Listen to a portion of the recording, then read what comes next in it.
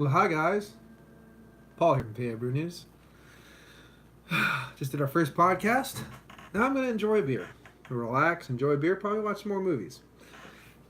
Just enjoy the rest of my night off. Because tomorrow, the next day, I have work. So, this will be my final night off. Good times. Anyway, what do we have here? Right now, we're doing Blackbeard's Breakfast, a bourbon barrel aged porter with coffee. And this is from Heaven Seas Brewing Company from Baltimore, Maryland, I'm pretty sure, at 10% alcohol by volume. Now, I've had this before, but this is the first time I've ever had this in a 12-ounce bottle. So usually it was a big old bomber, it was something to be, to engross yourself on, a big old thing. But now it comes in 12-ounce bottles. So I wasn't sure, I can't remember if it was in a 4-pack or a 6-pack, but here we go. Picked this up at Bloom Brew in Bloomsburg. It's one of the many goodies they've been getting in lately after they've been revitalizing their stock. So here we go. Okay. Going with the same cinematography kind of mood lighting that I did with the podcast, which I like. I like the kind of candlelight, low light kind of deal going on. Reflective light from the ceiling. Let's see if we can get all of this in here after I poured it vigorously. Alright, put you right there so you can see. Give Blackbeard a good view. Or Blackbeard, rather, a good view. What's up, Kent? Oh, that's good. I hope you're having a great time in Portugal. Up to the light little ruby hue from the pinnacle of the glass, but other than that, pretty damn black indeed. A ring of head, because of that 12% alcohol, didn't stick around very long at all. Let's get an aroma. Wow, lots of peppery caramel. There's tons of peppery caramel in this.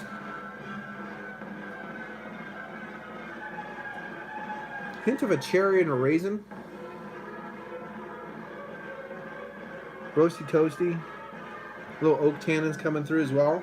A little caramel with that caramel. All right, let's get into it. A little cool, but cool house. So let's get into it. Cheers.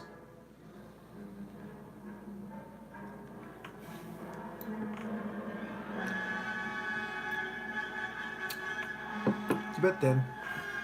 It's a lighter body. It's basically medium, low medium body. It's a very thin beer, unfortunately. Peppery, caramel, almost the caramel you find in almost a cola kind of caramel kind of in there. Little earthy in the background, little copper coin, roasted toasty, drying out in the back palate.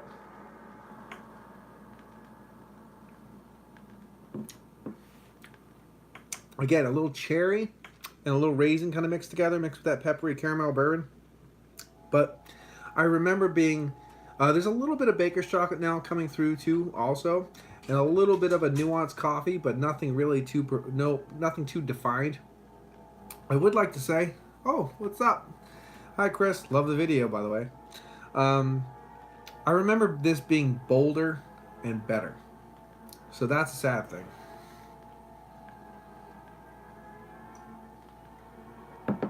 I would like to say for 10% alcohol by volume, it's drinking amazingly well. 666. Amazingly well. It has a little bit of that roasty toasty tone, brown bread tone, a little earthiness in the background, little nuances of baker's chocolate, hint of a coffee, but nothing really too defined.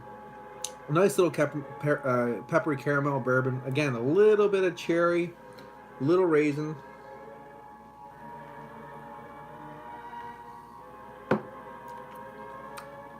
Unfortunately, it's a bit thin. I know it's a porter, but it's a bit thin. Now, at 10% alcohol by volume, it's an imperial porter. I've had much better imperial porters, much more bold, rich, thick imperial porters.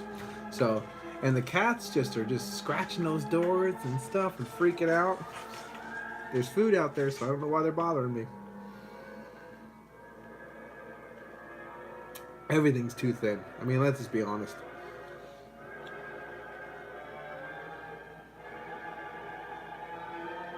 Hey, what's up, Eric? It's not a dead beer. it's even though it's a bit thin, it's a little bit of a vitality to it, a little sizzly carbonation. Not a lot, but a little bit. It's a little bit more metallic, as I said, a little copper tones. Copper coin tones. We'll try that one. It's okay. It's okay.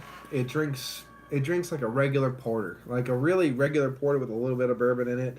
It doesn't have that 10% kind of price tag on it that should give you all those rich, bold characters. It's a little bit on the okay side.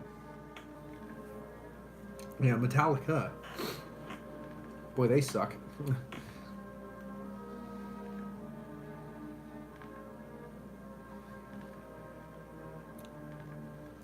Yeah.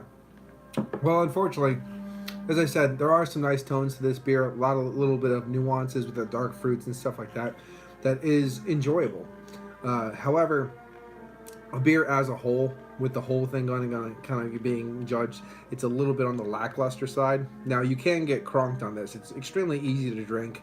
I'm just not really enjoying it as much as I used to. I remember the 12-ounce, the 22-ounce bombers being a little bit more on the nice side of the high side of a medium body. They had a little bit more chocolates and a little bit more full body tones going on. Not so much this low-key kind of like London style porter kind of vibe. But for what it is, it's enjoyable. I'm gonna get a little bit under solid for right now because it is a little lackluster. I'm gonna give it a 7 out of 10. It's still a nice beer. It still is a nice beer. I'm gonna enjoy the rest of it. It just I wish it could be a little bit bigger.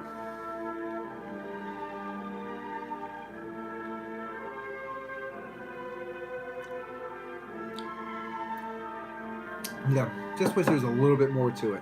You know what I mean? I think thank you.